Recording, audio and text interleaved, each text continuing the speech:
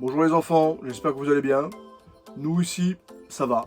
Bon, le temps n'est pas exceptionnel, mais bon, voilà, on va faire avec. Hein. Je pense que c'est pour tout le monde pareil en ce moment. Comme vous l'avez compris, on va parler non pas des Indiens et des cow-boys aujourd'hui, mais du monte-tuiles. On a fait le choix de louer un monte-tuiles pour nous aider pour la manipulation des tuiles, pour que ce soit un petit peu plus rapide, voilà, par rapport aux parlants de base. Donc on a loué ce monte-tuiles, forcément dans une agence de location. Alors il y en a deux qui le font. Il y a une agence rouge, une agence jaune. Voilà. Donc nous on l'a loué chez l'agence jaune. Ça nous est revenu, bon on a fait ça pour le week-end du 11 novembre, je l'ai récupéré vendredi après-midi, je l'ai eu samedi, dimanche et donc le lundi 11 novembre. Je l'ai ramené du mardi matin aux aurores, quasiment à l'ouverture de l'agence. Ça nous a coûté moins de 300 € pour ça, c'est un forfait week-end comme ils appellent ça. On a réussi à monter pas mal de tuiles, réellement. Il nous en reste encore à terre. Il nous reste encore, si je dis pas de bêtises, attendez, je vais me lever. 1, 2, 3, 4, 5. Voilà.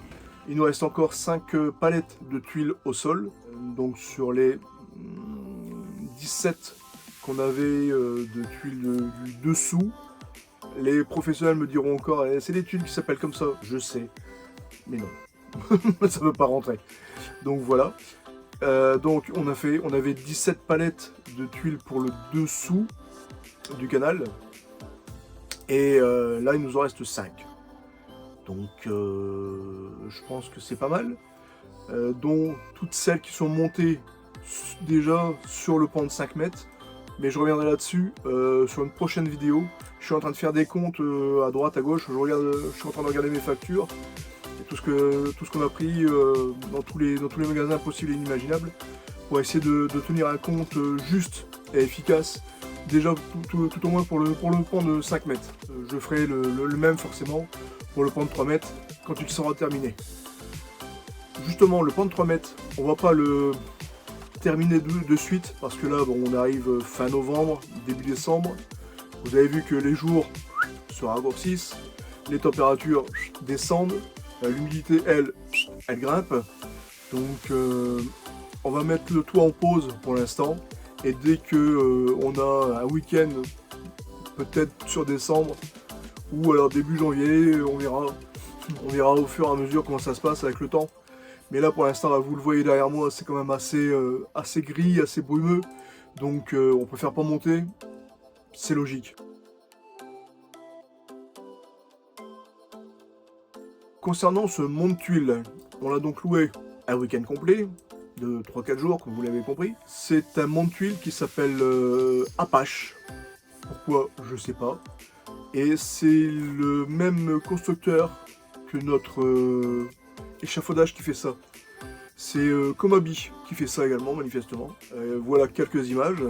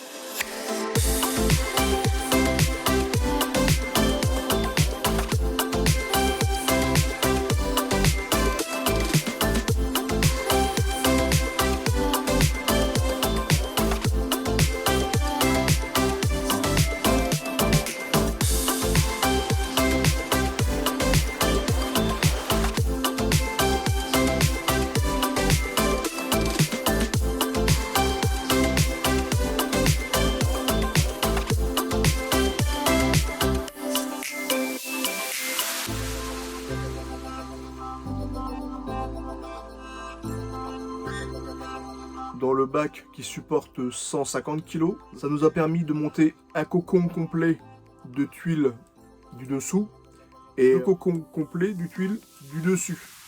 Comme ça, on pouvait décharger au fur et à mesure pour que Riri et Loulou, eux, fassent les lignes au fur et à mesure.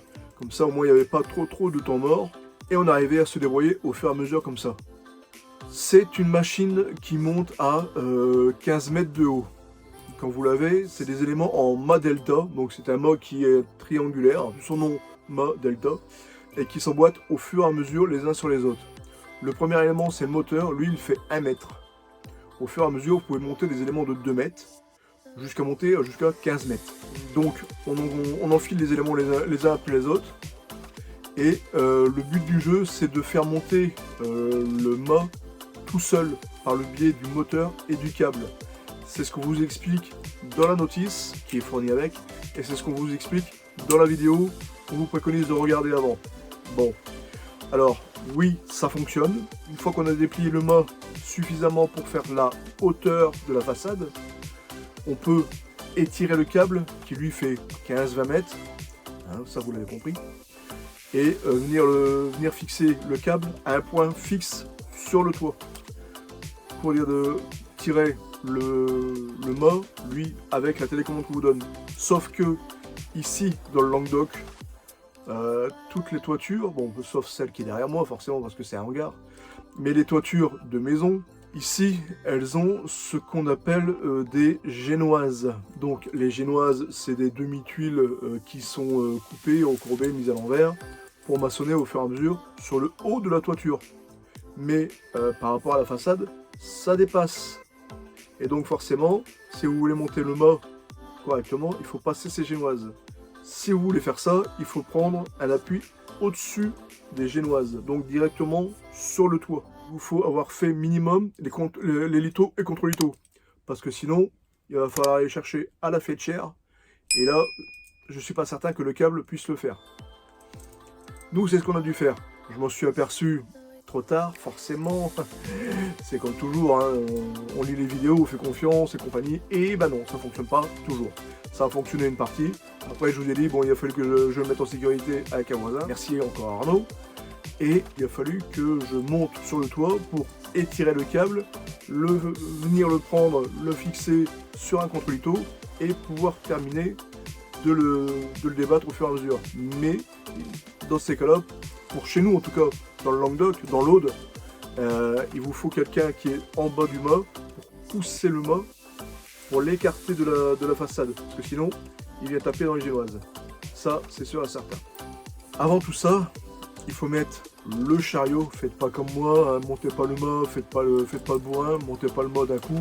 Arrivé quand on a emboîté tous les éléments pour dire de faire la hauteur de la façade, se dire ah j'ai oublié le chariot, on est obligé de tout démonter et de remettre le chariot directement sur l'élément bas du moteur. Et après on enquille, au fur et à mesure, c'est logique. Ce chariot, comme je disais, il peut supporter 150 kg. Là, je l'ai pris en option monte-tuile, mais sinon on peut déplier la caisse, on peut ouvrir la caisse pour dire de faire monter des charges plates, longues et lourdes. Nous, on en a profité, nous, pour monter les derniers litos contre litos, pour dire de pouvoir terminer le pont de 3 mètres, comme vous avez vu, je pense, sur la dernière vidéo de la semaine dernière. Ouais, c'est ça. Sur la vidéo de démonstration, on vous explique qu'il y a une cage de protection pour faire monter les tuiles. Dans les agences de location, ils n'ont pas cette cage. Donc, c'est à vous de faire attention. Derrière ça, on te dit également que sur la vidéo de présentation, ça peut servir pour monter les tuiles, pour monter les charges lourdes avec la caisse dépliée, ou pour monter du béton avec une espèce de benne qui elle également supporte 150 kg. Dans ces cas-là, il faut étayer le mât directement sur la façade et même en haut pour éviter les basculements. Nous, de manière déjà, c'est ce qu'on a déjà dû faire. On a dû fixer des supports qui sont fournis avec directement sur la toiture pour éviter que quand on tire le chariot, le câble, lui, fasse lever la structure. Sinon, c'est catastrophe. Nous, on a 7 mètres de façade. Je pense que vous l'avez compris depuis très longtemps. Donc, en haut de la façade, comme là derrière moi par exemple, on le voit bien, une fois qu'on a réussi à faire le débord de toit, il existe un élément qu'on appelle une genouillère qui plie à jusqu'à 60 ou 70 degrés, je pense, pour dire de pouvoir faire la pente de votre toiture. Comme ça, le chariot, lui, monte et hop, il grimpe. Mais on le voit mieux là sur cette vidéo là.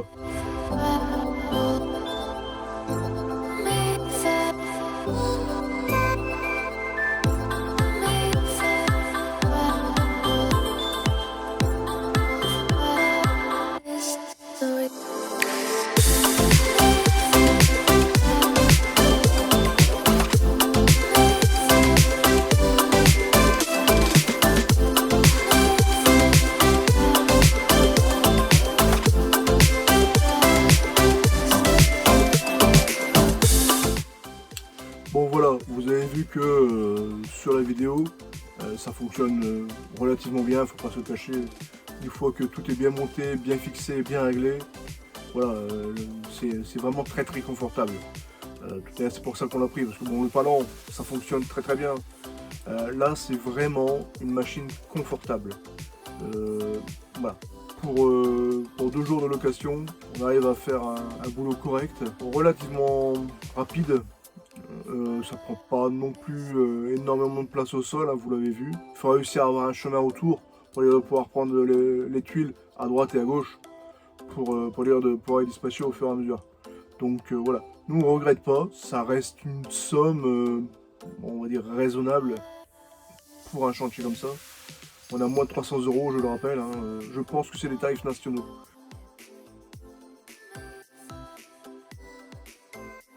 Si j'ai un seul conseil à vous donner, c'est faites-le et entourez d'une bonne équipe. Il faut être minimum 1 en bas pour charger la caisse, la faire monter, la faire descendre. 2 là-haut pour dire de réceptionner, c'est bien. Allez, mais 2 en bas pour dire de charger la caisse. Comme ça, il y en a un qui fait les voyages entre les tuiles et le monte-tuiles. L'autre, il monte, il descend, il fait que ça. Et 2 là-haut pour dire de décharger au fur et à mesure. Un troisième, voire même un quatrième, peut-être sur la toiture, pour dire de défiler les lignes de tuiles au fur et à mesure. Comme ça, au moins on est bien. Tiens, ça c'est mon PC qui me rappelle que j'ai un rendez-vous. Tout va bien. Là-dessus, quoi d'autre? Pas grand-chose, je pense qu'on a fait le tour. Vous avez vu le maximum hein, en images. J'ai mis des images d'illustration au fur et à mesure quand j'en ai trouvé. J'espère que vous avez compris que ça nous a bien aidé, que ça peut aider tout le monde et que réellement ça peut s'adapter à beaucoup de situations. Derrière ça, il vaut mieux le louer que d'essayer de l'acheter parce qu'on est quand même en moyenne entre 3005 et 5000 euros. Là, nous, en tant que particulier, une location d'un week-end, c'est bien. Là-dessus, moi, je vais vous dire au revoir. Merci d'avoir regardé la vidéo. Comme je le disais auparavant, on met le toit en pause pour l'instant. On verra au fur et à mesure. Si on a un week-end où tout le monde est dispo et surtout la météo en ce moment, voilà, on le fera peut-être avant la fin de l'année. Au pire des cas, on reprendra ça en 2025. Voilà. Sur ce, moi je vous dis au revoir. Ciao!